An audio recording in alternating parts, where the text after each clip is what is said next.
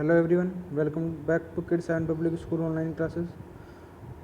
बच्चों, आज की मैथ्स की क्लास में हम एक्सरसाइज 8.2 के क्वेश्चन नंबर 2 का डिस्कशन करेंगे।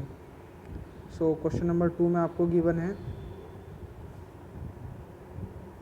ABCD is a rhombus, ABCD is a rhombus and PQRS are the midpoints of the sides AB, BC, CD and DA respectively, so that the quadrilateral PQRS is a rectangle। Clear है? इसमें आपसे पहले आपको बताया गया है कि आपके पास ABCD क्या है, रोम्बस है। ABCD क्या है, आपके पास एक रोम्बस है। और क्या बताया गया है, PQRS are the mid point of side AB, BC, CD and DA। AB का मिड पॉइंट क्या है, P है। BC का मिड पॉइंट क्या है, Q है। CD का मिड पॉइंट क्या है, R है आपका। और DA का मिड पॉइंट क्या है, S है। इस तरह से आपको गिवन है। वो आपको शो करना है कि द क्वाड्रिलेटरल PQRS जो आपका एक क्वाड्रिलेटरल बना है by making the joining the mid point of these sides. Clear है? तो ये आपको हमें शो करना है, PQRS को एक रेक्टेंगल प्रूव करना है। सबसे पहले इसके लिए हमें कंस्ट्रक्शन करनी पड़ेगी। हमने सभी मिड पॉइंट्स जो हमारे थे उनको ज्वाइन किया पहले PQRS। इस तरह से हमारा एक क्वाड्रिलेटरल प्रिपेयर हो गया जिसको हमें शो करना है रेक्टेंगल। और कंस्ट्रक्शन की हमने ज्वाइन कराया, हमने A को C से और B को join B to D, point A to point C and B to point D, इनको हमने ज्वाइन कराया। इसके बाद इन ट्राइंगल ABC, अगर आप ABC ट्राइंगल को देखते हो तो ABC ट्राइंगल में क्या है, P and Q are the mid point of AB and BC respectively. जो P पॉइंट है वो AB साइड का मिड पॉइंट है और जो Q पॉइंट है वो आपका BC साइड का क्या है, मिड पॉइंट है। यहाँ पे हम मिड पॉइंट थ्योरम को अप्लाई करते हुए PQ को लिख सकते हैं, PQ equals to AC/2। AC का हाफ होगा by mid point theorem. And ये भी होगा आल्सो, PQ जो है पैरेलल होगा AC के। ठीक है, इस तरह से हम लिख सकते हैं। उसके बाद सिमिलरली मिड पॉइंट थ्योरम का ही यूज़ करते हैं हम। जो ट्राइंगल हमारा ADC है उसमें अप्लाई करेंगे हम मिड पॉइंट थ्योरम। SR जो है आपका वो AC का क्या होगा, हाफ भी होगा और उसके पैरेलल भी होगा बाय मिड पॉइंट थ्योरम। इसके बाद अगर आप इक्वेशन नंबर 1 और 2 को ध्यान से देखते हो, इक्वेशन नंबर 1 बोलती है कि PQ equals to AC/2 and SR equals to AC/2। PQ equals to क्या होगा, SR, क्योंकि इनकी राइट हैंड साइड दोनों इक्वेशंस की क्या है, इक्वल है। इनकी लेफ्ट हैंड साइड PQ भी क्या किसके इक्वल होगा, SR के इक्वल होगा। PQ इक्वल्स टू SR आ गया आपका।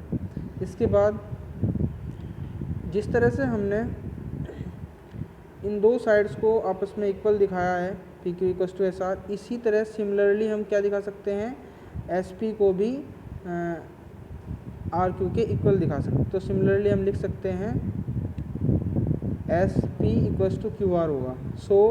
अब हमें क्या मिल गया, देखो ये तो हमने प्रूव किया था कि PQ इक्वल्स टू SR है। क्लियर है? और ये हम सिमिलरली दिखा देंगे कि PS जो है QR के इक्वल है।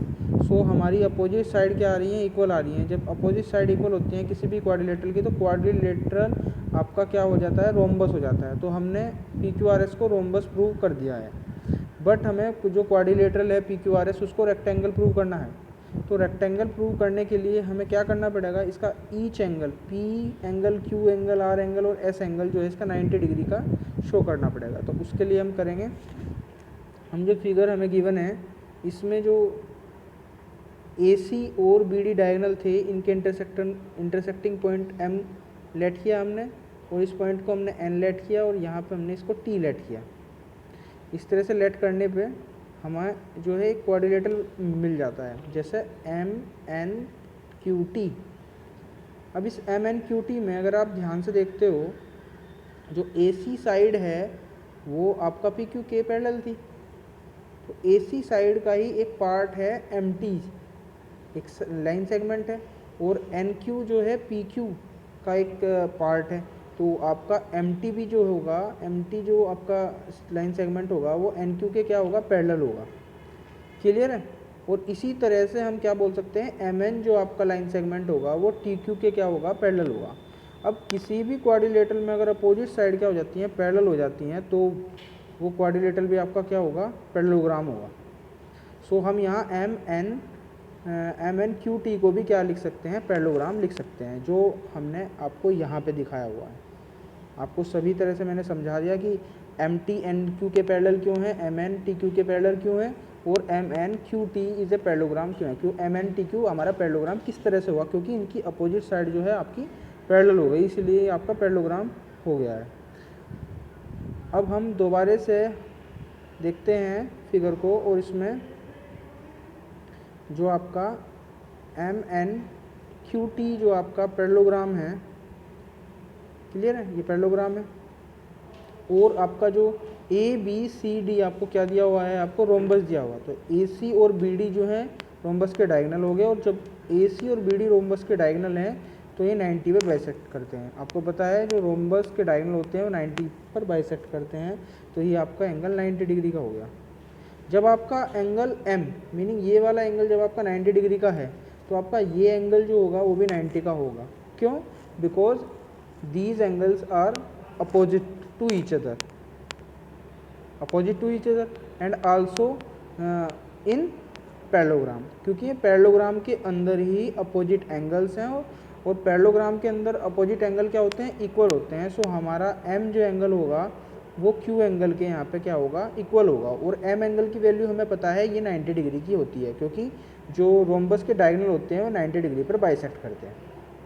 सो मैंने यहाँ पे लिख दिया है एम क्यू टी जो एंगल बनेगा आपका, क्यू एंगल बनेगा, एम एन क्यू टी बनेगा, और जो एंगल बनेगा एन एम टी बनेगा। जो एंगल एन बन रहा था, जो हमारा स्मॉल क्वाड्रिलेटरल था, जो स्मॉल पैरेललोग्राम था हमारा, ये वाला एम एन टी क्यू में एक एंगल आपका इसमें एन एम टी बन गया, और एक N T Q N Q T बन गया। तो इनको हमने नेमिंग कर दी इनकी, और इसके बाद बता दिया कि ये अपोजिट है, अपोजिट एंगल्स ऑफ पैरेललोग्राम है, इसलिए हमारे इक्वल होंगे।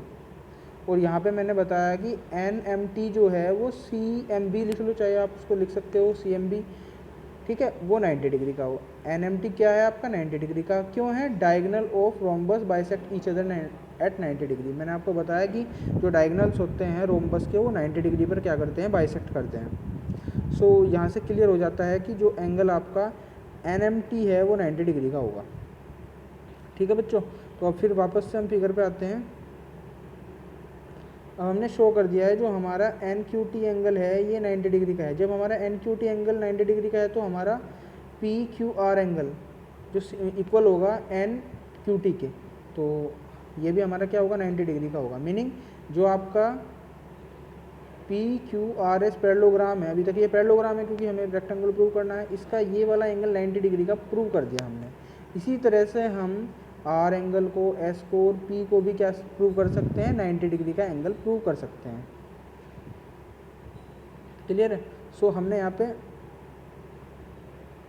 पे पी क्यू आर को 90 डिग्री शो किया। इसी प्रकार से हम क्या प्रूव कर सकते हैं, क्यू आर एस को, आर एस पी को और एस पी क्यू 90 डिग्री।